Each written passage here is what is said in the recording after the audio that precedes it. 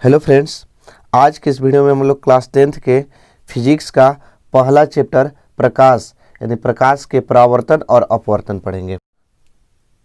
बहुत ही जल्दी class 10th के क्वेश्चन बैंक का हम टोटल क्वेश्चन आंसर कराएंगे, यानी 2011 से लेकर 2020 तक जितना भी क्वेश्चन आंसर है सब आंसर बताएंगे आप लोगों के, और इसी चैनल पर आएगी। अगर आपको भी तैयारी करना है क्लास 10th के तो आप हमारे चैनल को सब्सक्राइब कर लीजिए ताकि कोई भी वीडियो आपको मिस ना हो। तो और यह जो है नोट्स कॉपी है, तो आप अगर नोट्स अभी तक नहीं किए होंगे तो प्रकाश चैप्टर का नोट्स कर सकते हैं। तो चलिए समझिए, सबसे पहले प्रकाश के बारे में पढ़ते हैं कि प्रकाश, देखिए प्रकाश क्या होता है।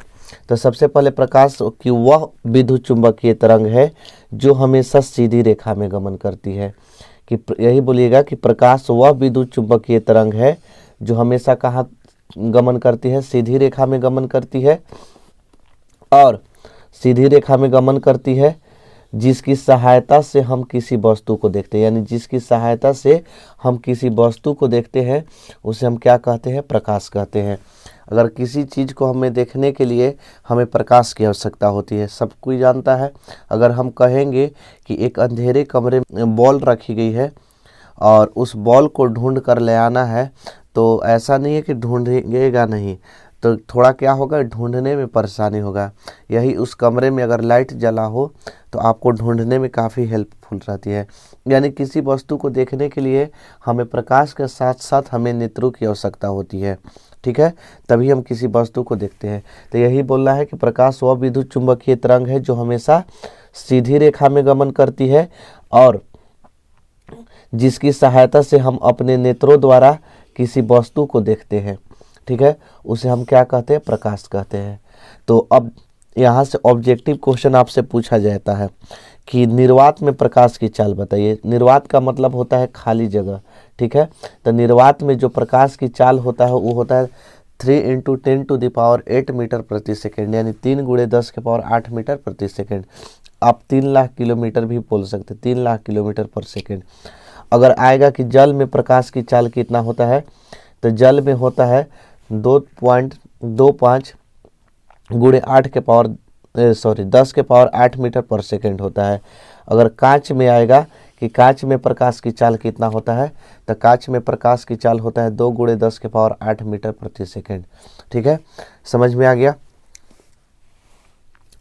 अब यहाँ से हम लोग पढ़ेंगे किरण के बारे में कि किरण क्या है। तो देखिए, एक सरल रेखा पर चलने वाले प्रकाश को किरण कहते हैं। एक लाइन में कि क्या बोलना है कि एक सरल रेखा पर चलने वाले प्रकाश को किरण कहते हैं, ठीक है, एक सरल रेखा पर चलने वाले प्रकाश को किरण कहते हैं। तो अब यानी एक सरल रेखा माने एक सीधी रेखा पर किरण पुंज, किरण पुंज क्या है, तो किरण पुंज के बारे में कहना है, इसको ग्रुप ऑफ रे कहते हैं, यानी प्रकाश के किरणों के समूह को, यानी प्रकाश के अगर किरण के समूह है उसी को हम क्या कहेंगे, किरण पुंज कहते हैं।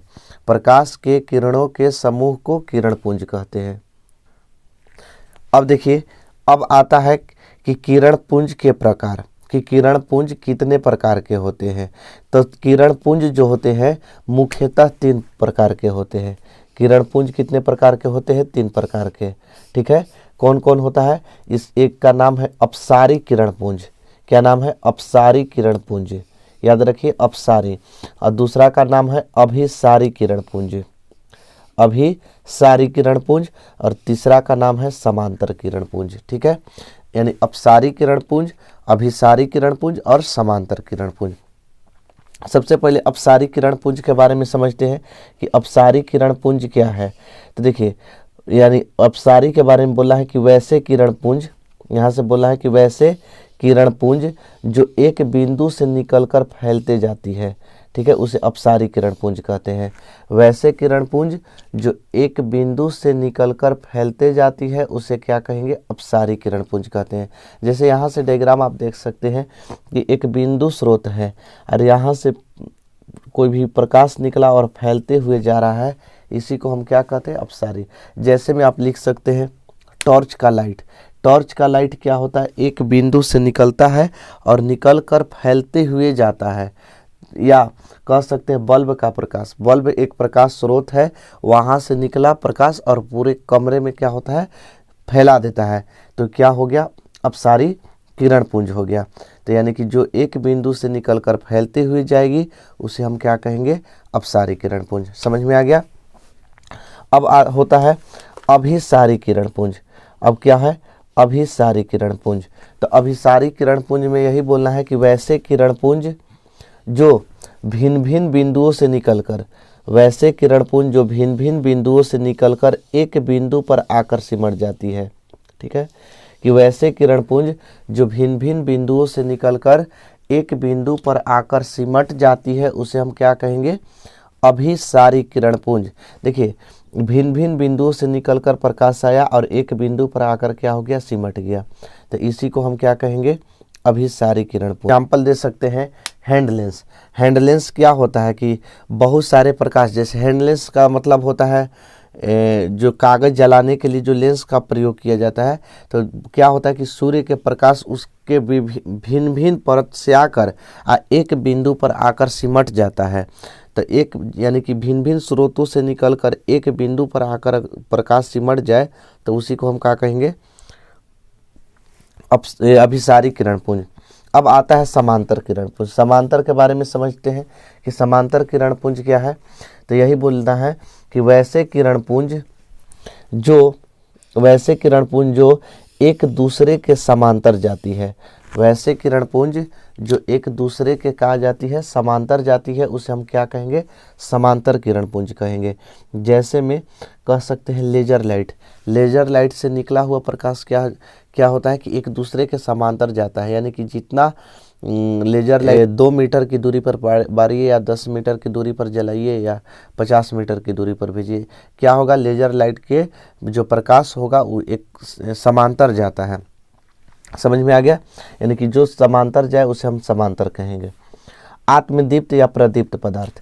आत्मदीप्त कहिए या प्रदीप्त पदार्थ कहिए, इसको बारे में समझते हैं कि वे पदार्थ जो स्वयं प्रकाश उत्सर्जित करते हैं, वे पदार्थ जो स्वयं प्रकाश उत्सर्जित करते हैं आत्मदीप्त पदार्थ कहलाते हैं।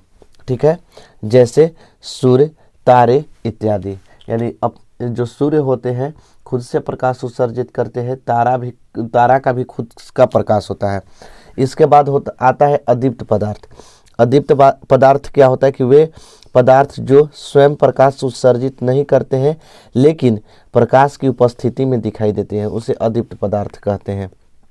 वे पदार्थ जो स्वयं प्रकाश तो उत्सर्जित नहीं कर सकते लेकिन प्रकाश की उपस्थिति में दिखाई देते हैं, उसे क्या कहेंगे, अदीप्त पदार्थ कहते हैं। जैसे चंद्रमा कह सकते हैं, ठीक है, या कलम, कॉपी, जो प्रकाश की उपस्थिति में दिखाई दे, ठीक है, उसे हम क्या कहेंगे, अदीप्त पदार्थ कहते हैं। अब आता है पारदर्शी पदार्थ। तो पारदर्शी पदार्थ के बारे में समझते हैं कि वैसे पदार्थ जिसमें प्रकाश की किरण आर पार निकल जाती है, वैसे पदार्थ जिसमें प्रकाश की किरण आर पार निकल जाती है उसे पारदर्शी पदार्थ कहते हैं। जैसे हवा, जल, कांच। हवा में प्रकाश क्या होता है, आर पार कर सकता है, हवा है। ठीक है, जल में भी प्रकाश आर पार कर सकता है। कांच में शीशा में भी प्रकाश क्या हो सकता है, आर पार हो सकता है। तो इसलिए जिसमें प्रकाश आर पार हो सके उसी को हम क्या कहेंगे, पारदर्शी पदार्थ कहते हैं। अब आता है अपारदर्शी पदार्थ।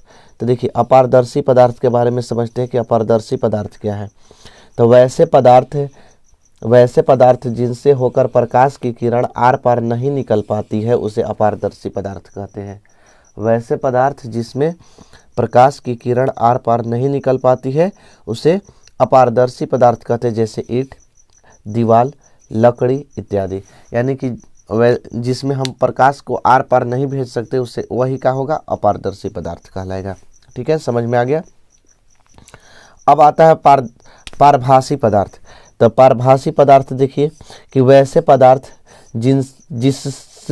जिसमें से होकर प्रकाश की कुछ ही अंश पार हो पाता है।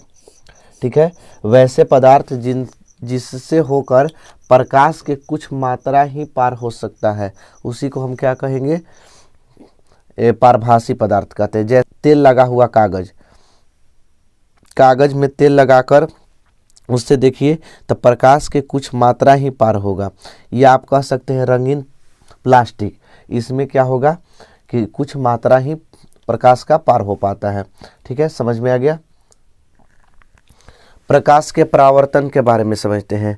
एक क्वेश्चन जो है परीक्षा के दृष्टि से भी यही क्वेश्चन है, ये बहुत बार परीक्षा में पूछा जा चुका है। तो समझिएगा प्रकाश के परावर्तन।